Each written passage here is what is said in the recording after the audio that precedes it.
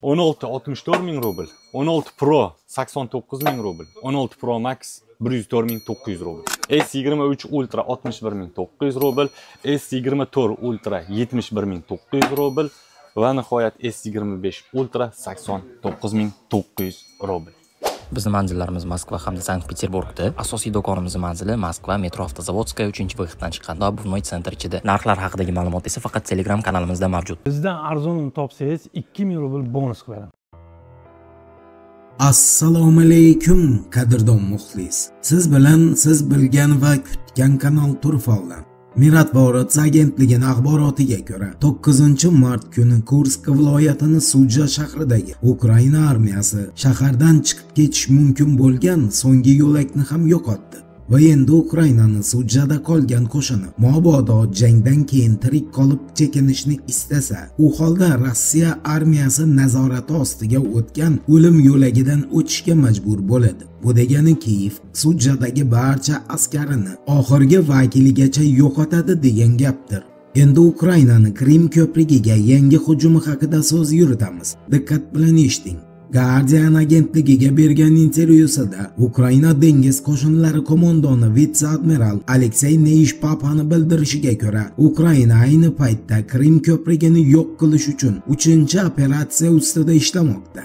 Aleksey Neyshpapaga ko'ra, Ukraina armiyasi shu kunga qadar Krim ko'prigini yo'q qilish uchun 2 marta urinib ko'rdi va bu urinishlarning hech biri kutilgan natijani bermadi.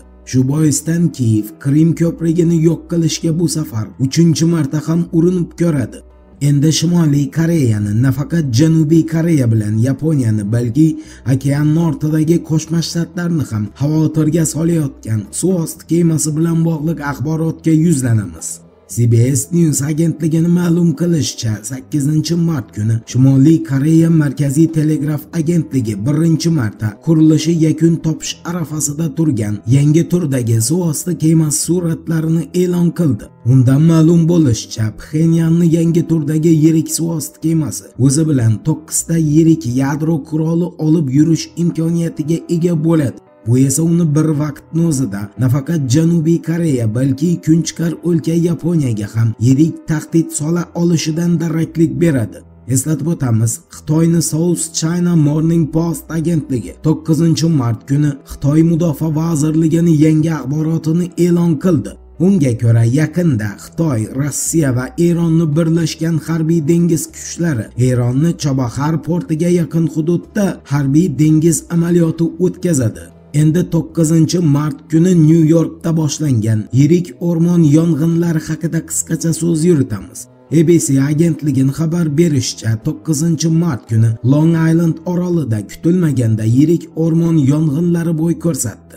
ABC agentligining bildirishicha, yong'in soatiga ayni paytda 56 km tezlik bilan harakatlanayotgani bois New York shtati ma'muriyati shtat hududida favqulodda holat e'lon qildi. Mavzuni Qo'shma Shtatlarga aloqador xabar bilan davom ettiramiz. HuffPost gazetasining axborotiga ko'ra, Oq uy Tehronga hujum bilan tahdid qilmoqda. Bu turdagi tahdidga esa Trampning Eron oliy diniy rahnamosi Oyatulloh Ali Xumayniyga yo'llagan taklifini Tehron tomonidan rad qilinishi sabab bo'lmoqda.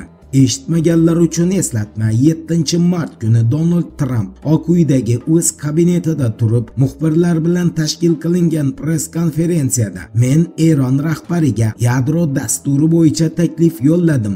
Agar u meni taklifimni qabul qilmasa, u holda Qo'shma Shtatlar Eronning yadro dasturlarini yo'q qilishni harbiy yo'liga o'tadi degan edi.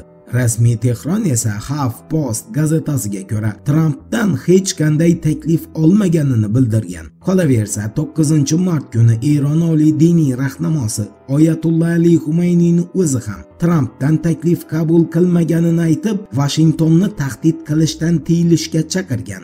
Oyatulloh Ali Xumayniyga ko'ra, Tehron o'zini yadro dasturi bo'yicha istalgan davlat bilan hamkorlik qilishga tayyor. Ammo Tehron o'zini yadro dasturini kimnidir yoki qaysidir davlatni tahdididan qo'rqib hech qachon yo'q qilmaydi. Endi Ukrainaning Rossiyaga tungi hujumlariga oid xabarga o'tamiz. RIA agentligining Rossiya Mudofaa vazirligiga tayanib ma'lum qilishicha, 8-martdan 9-martga o'tar kechasi Ukraina armiyasi Rossiya hududiga umumiy sonlarda 88 ta dron orqali hujum qildi va bu dronlarning barchasi yo'q qilindi. RIAga ko'ra, Ukraina bu safar samolyot tipidagi yirik dronlar bilan birga mayda portlovchi moddalar olib yuradigan dronlardan ham foydalangan. Bu esa Kiyevda endi dronlar masalasida tanqislik yuzaga kelganidan daraklik beradi. Turfa bilan qoling, siz kutgan kerakli ma'lumotlar hali oldinda.